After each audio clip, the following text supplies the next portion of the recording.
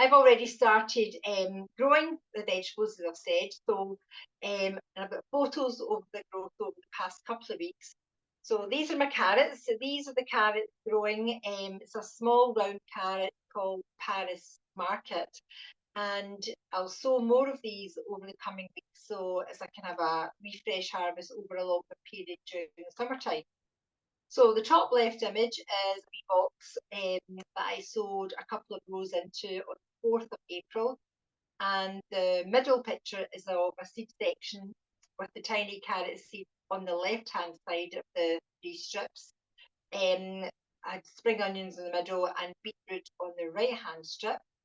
And the third image is the carrot seed germinating on the 22nd of April. So that makes them 18 days old in this photograph here. The compost that I've used for the carrots is from a grow bag. You'll be able to get them in garden centres. Some of the supermarkets are selling them just now as well. And what I did, I was opened it up and I sieved it to make compost as fine as possible, as the carrots will grow all knobbly if the developing roots come across any lumpy bits of compost. However, don't fret if you don't have a sieve, and don't be using your kitchen sieve for it, okay? I'm talking about a garden sieve. Don't fret about sieving if that's not possible. Just use your hands to make the compost as sprayable. That's like fine breadcrumbs. You're breaking it up as finely as you can. The carrots will still grow and taste just as good as perfectly shaped ones growing in the good compost. And the last image is a few wonky carrots from last year that I grew, and they tasted great. Carrots. These are the carrots that I sowed. Carrot Paris Market. Nice wee round ones, and they're really they're just the best. They're small, snack size, perfect for cooking whole. Just pull them out the pot, rinse them under some water, fling them in the pot, stock and all, and they're just so delicious, and they really are sweet. And from sowing to harvesting, it should take around 60 days. So these, ignore this side of the tray, these ones here are my carrot seeds that were sown on the 4th of April. So this is 3.5 weeks old, and I don't know if you can see, these ones have only got their seed leaves, but this wee one here is now developing its true leaves. But I'm not even going to look to see what their roots are like. I can tell that there's not enough happening down there for me to pick them out. I might have, looking at the base, you can sometimes see wee white bits coming out of the roots, but they're not coming out, so they're not going to get pricked out. But what I do have is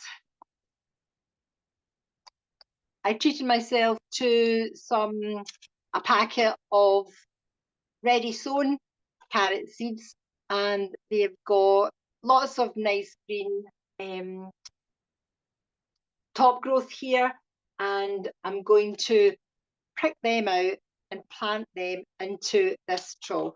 Now, it's not very deep.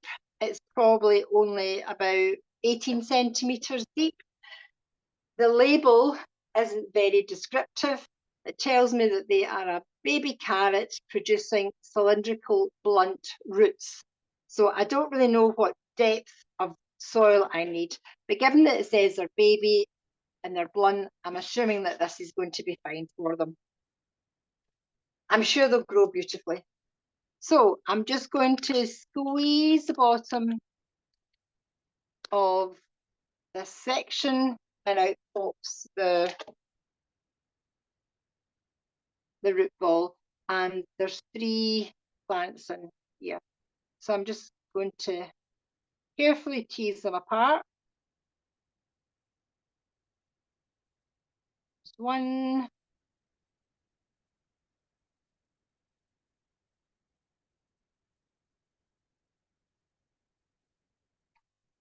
Oh my goodness, this one's root is all the way over here. So that's fine. So what you want to do is you want to get your sections and get them all separated like that. Grab yourself a dibber. You can use proper dibbers out the garden centre, or you can use something like a post peg, or this is a pen I'm going to use. So I'm going to just wiggle a bit of a hole. I'm not going to jam up and down like that, because what I'm going to do is compact the soil, the compost down beneath. I'm just going to wiggle gently, and then I need a bigger hole for this one to go down into. I'm not holding the stem, I'm holding one of the leaves. If I damage the leaf, there's another leaf here that will manage to keep growing and other leaves will come along. I'm just going to pop this down into its hole, and then just firm in and around its neck.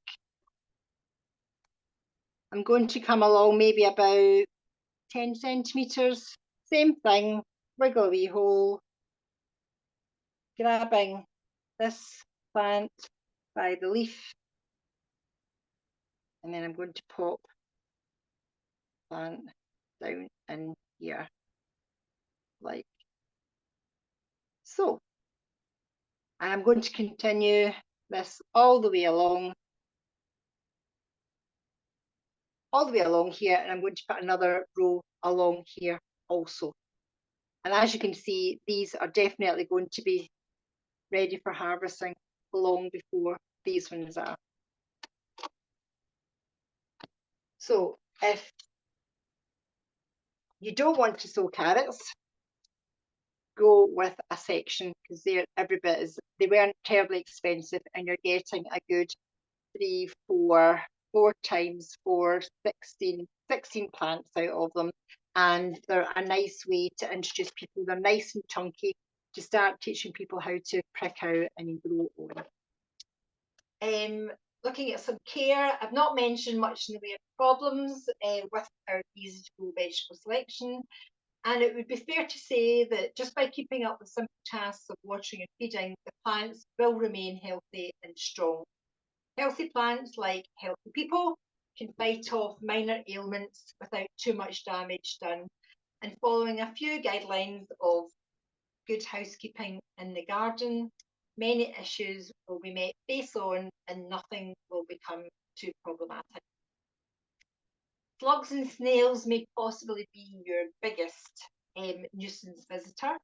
Grit or eggshells around the base of the plant can help deter damage by these wee slinking culprits. Copper tape wrapped around the rim of the pots will give them an electric zap that will send them slithering. And well, if you're concerned that they go out on a high, maybe a bear trap would be a happier solution for their ending. Attracting garden birds into the garden, along with frogs and toads, and thrushes especially love slugs. And these creatures, the frogs and toads and birds, are a natural way of controlling the numbers. You could try making a small wildlife pond out of an old dish basin. We've got a fact sheet showing how to do that. And you know, it will surprise you how quickly the wildlife will be drawn in and help fight your corner against the unwelcome visitors. Watering.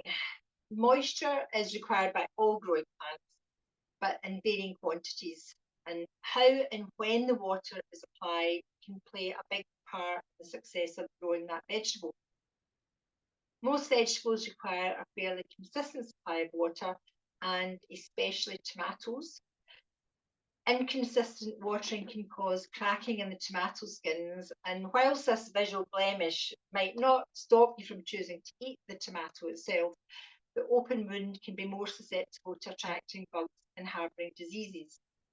And whilst we can't control rainfall from above, if growing, you know, like the rainfall outside of growing your vegetables outdoors in the patio, it's good practice to always water directly onto the compost when you are watering with your watering can or a hose.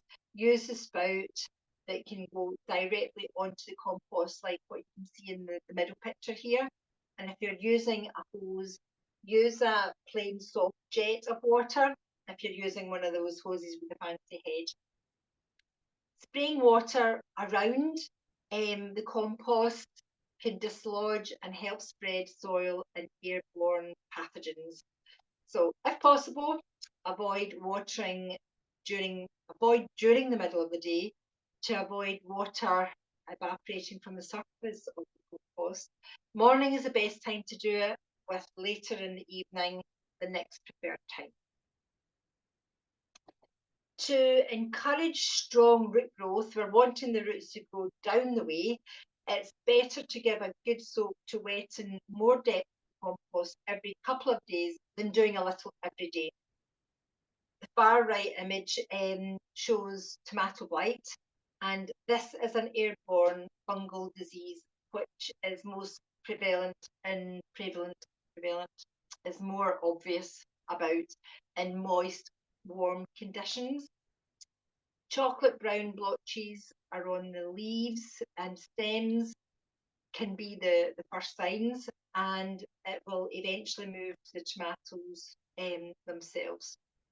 If you do spot these chocolate spots arising, remove all the damaged material, but don't add it to your compost heap. If you can burn, if you're allowed to, if you've got the facility to do that, burn them to get rid of it or take it to the recycling centre. And unfortunately, if blight does take hold, generally the whole plant will eventually collapse with the crop wasted. There are no real deterrents to the airborne pathogens that cause this, but keeping the foliage of the tomato plant as dry as possible, and that's where your watering comes into it. Always water into the compost. If you can keep the tomato plant as dry as possible, the foliage of the tomato plant as dry as possible, this can help deter the pathogen spores from germinating and spreading. Grey mould is a fairly common disease. It causes a kind of soft kind of decay on the stems, and you'll recognise it by its general grey fuzziness. It's especially likes humid conditions. So again, avoid splashing around of excess water in the greenhouse or on hot days outside, and this can help stop the mould from taking hold. Always ensure there's good ventilation if you're growing in a greenhouse. Second picture is of powdery mildew, and it's a white mould that can appear on both sides of the leaves, especially during drier weather conditions outdoors, and can be caused by inconsistent watering indoors, I guess outdoors as well, where like you're creating periods of prolonged dry periods of dryness. Poor circulation can help lead to the powdery mildew.